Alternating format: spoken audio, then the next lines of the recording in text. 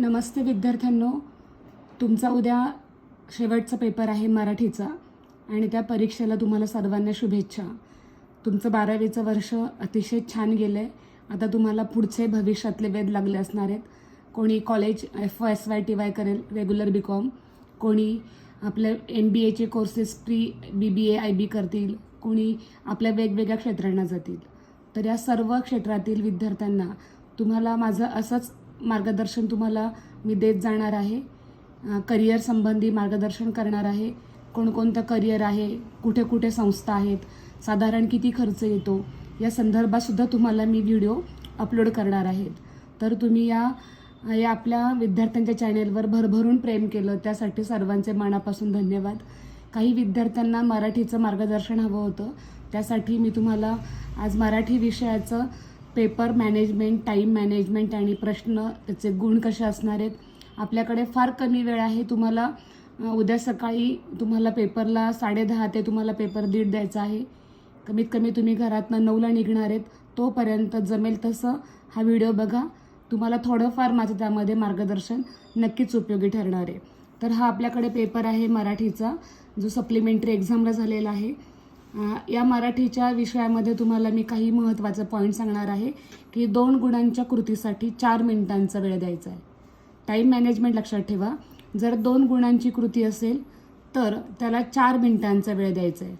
4 गुणांचा असेल तर 8 मिनिटांचा वेळ द्यायचा, म्हणजे एका गुणासाठी 2 मिनिटांचा आपल्याला वेळ द्यायचा आहे. हे लक्षात ठेवा, म्हणजे पेपर आपला कव्हर होणार आहे.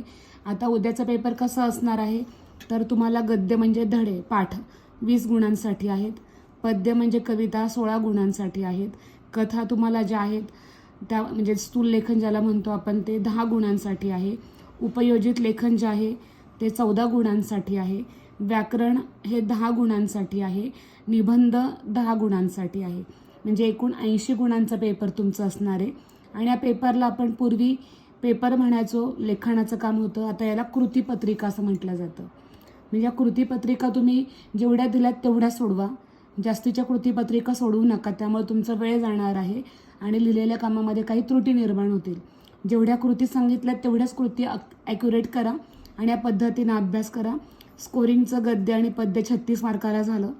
निबंध लिहिलं तर तुम्हाला 40 मार्क तुमचे इथे पासिंगचे होतात. ते कुठलाही विषय हा आपला उद्देशच आहे स्कोरिंगचं, म्हणून पासिंगचा आपण कधीच विचार करत नाही.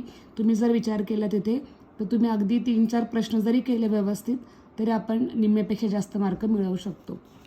आता इथे काय दिले सूचना पहा, की कृतीपत्रिकेसाठी सूचना, आकलन कृती व व्याकरण यामधील आकृत्या किंवा चौकटी पेनाने व्यवस्थित काढाव्यात. इथे पेनानं काढायच्यात, पेन्सिलचा वापर नाही केला तरी चालेल.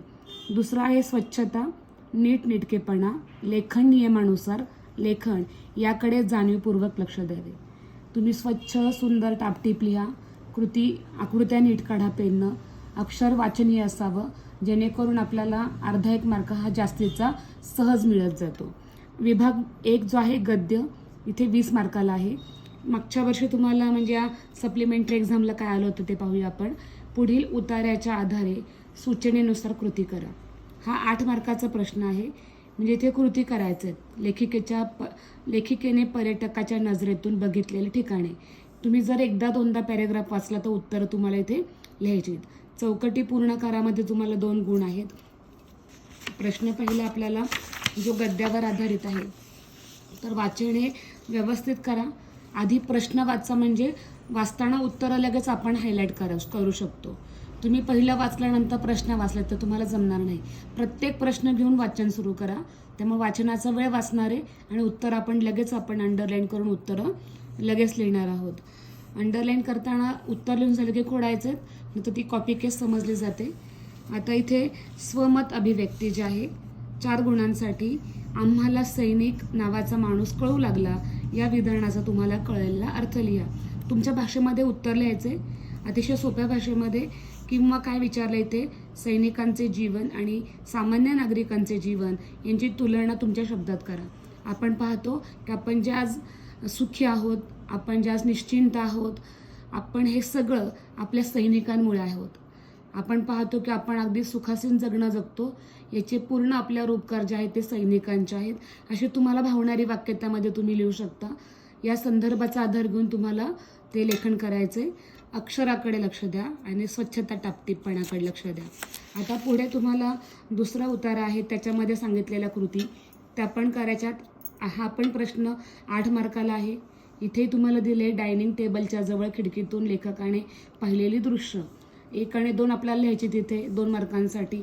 प्रश्न वाचा आणि मग पॅरेग्राफ वाचायला घ्या. उत्तरांचा सापडण्याचा काळ आपल्याला कमी वेळात उत्तरं सापडतात. पूर्ण व्यवस्थित वाचा. नाही शब्द कळाल तर 2दा-3दा वाचा. एकदा नाही कळणार, दुसऱ्यांदा तिसऱ्यांदा आपल्याला शब्दांचे अर्थ कळवू लागतात. हा आपला पहिला गद्य भाग बघतो आपण इथे.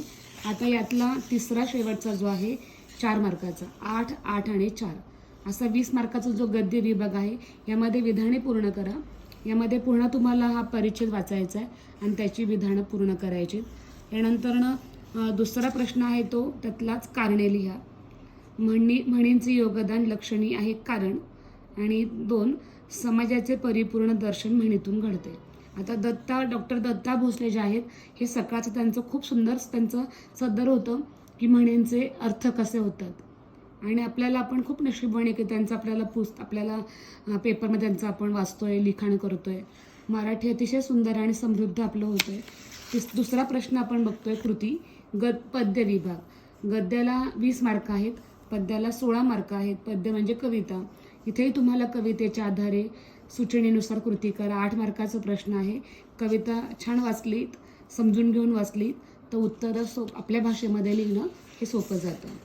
आता कवितांमधला पहिला प्रश्न 8 मार्काचा आणि कवितेतला दुसरा जो प्रश्न आहे खालील ओळींचा अर्थ लिहा. तर इथे जे आपल्याला ओळी दिलेल्या आहेत त्याचं तुम्हाला स्वतःच्या अर्थग्रहण करून तो लिहायचा आहे.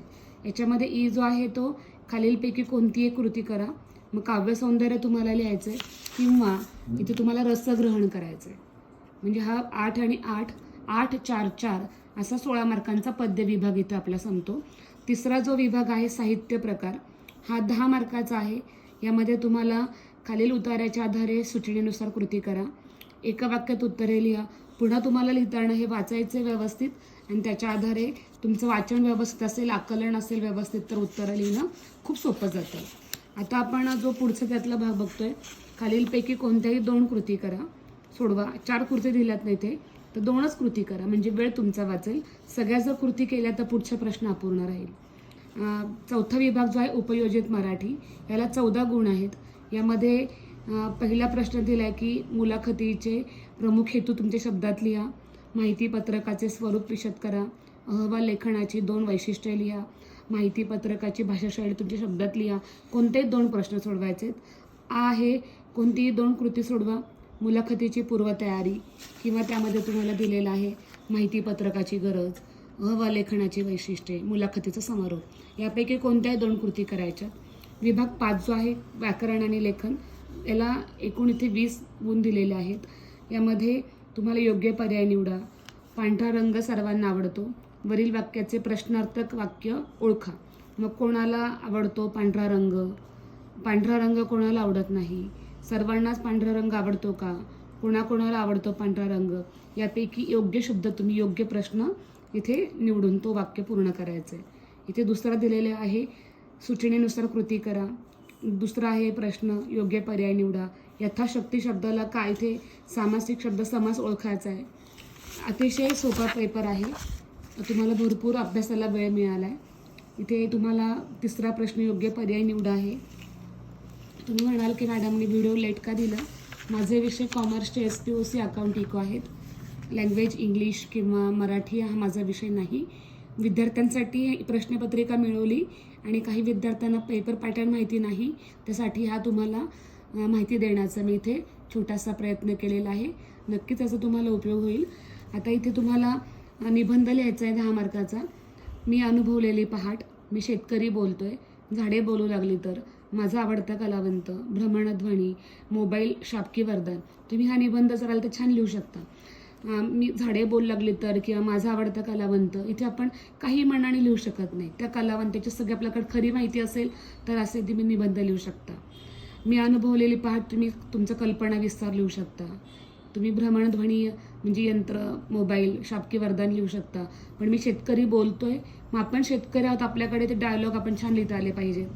माझा आवडता कलावंत छान लिहिता आला पाहिजे. निबंधाची योग्य निवड करा. जो निबंध तुम्हाला सहज लिहिता येईल असे निबंध निवडा, अवघड निबंध निवडू नका.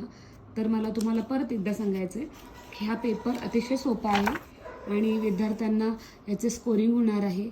तर मराठीचा पेपर तुम्हाला एकूण गद्य, एकदा परत, गद्य 20 मार्क, पद्य 16 मार्क, कथा 10 मार्क, उपयोजित 14 मार्क, व्याकरणामध्ये लेखन आले एकत्र आपल्याला इथे मार्क दिलेत, आपण इथे वेगवेगळे केलेत.